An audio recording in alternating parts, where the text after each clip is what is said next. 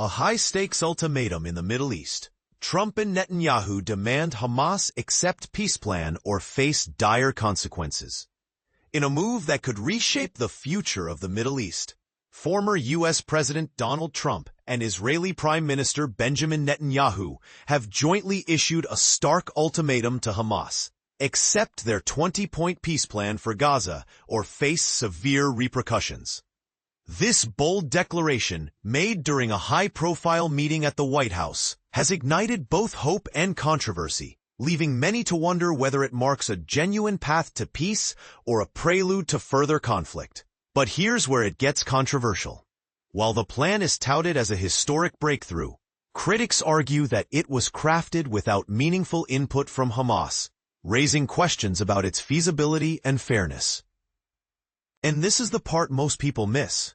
The plan includes provisions that could significantly alter the political and military landscape of Gaza, potentially sidelining key Palestinian figures and granting substantial authority to an international governing body.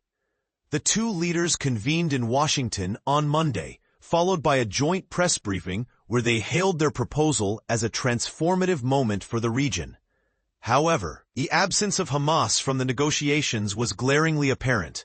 Mahmoud Mardawi, a Hamas official, told Reuters that the group had not even received the plan, underscoring the disconnect between the architects of the deal and its intended recipients. Later, Qatari and Egyptian mediators met with Hamas to deliver the document, but the militant group's response remains uncertain.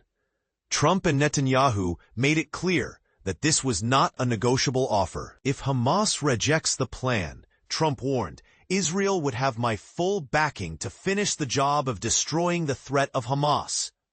Netanyahu echoed this sentiment with a chilling resolve.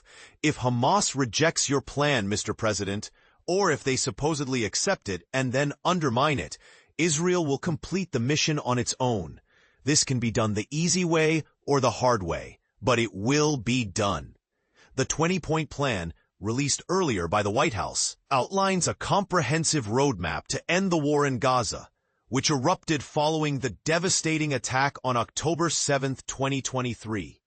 Key provisions include an immediate ceasefire, a hostage prisoner exchange, a phased Israeli withdrawal from Palestinian territory, Hamas disarmament, and the establishment of a transitional government led by an international body. Trump emphasized the urgency of releasing all remaining hostages within 72 hours, stating unequivocally, the hostages are coming back. But here's the controversial twist. The plan also demands that Hamas surrender its weapons and relinquish governance in Gaza. While Hamas members who commit to peaceful coexistence would be granted amnesty or safe passage to other countries, the proposal raises ethical and practical questions about the fate of those who refuse. Additionally, the plan calls for the creation of a temporary governing board, chaired by none other than Trump himself, alongside former British Prime Minister Tony Blair. This has sparked accusations of self-serving leadership and concerns about impartiality. A leaked 21-page draft document reviewed by The Guardian and Haaretz revealed that the proposed post-war governing authority would marginalize key Palestinian political figures while granting significant power to its chair.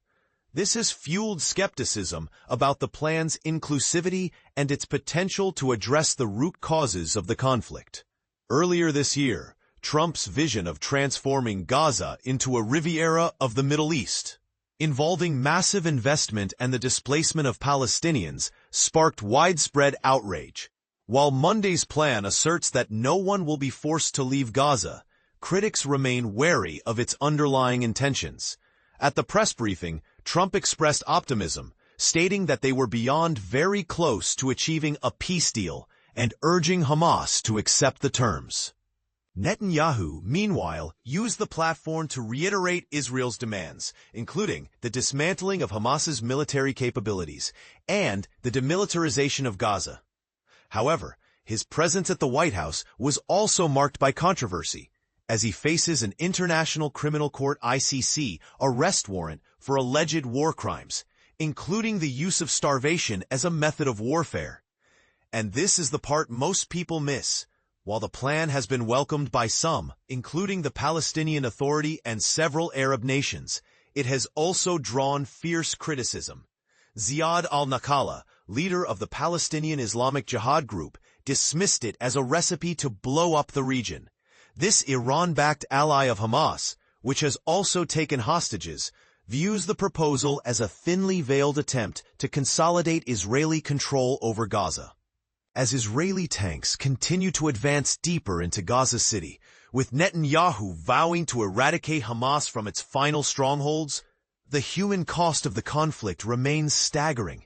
Since October 7, 2023, the Israeli offensive has killed over 65,000 people, mostly civilians, and injured more than 160,000.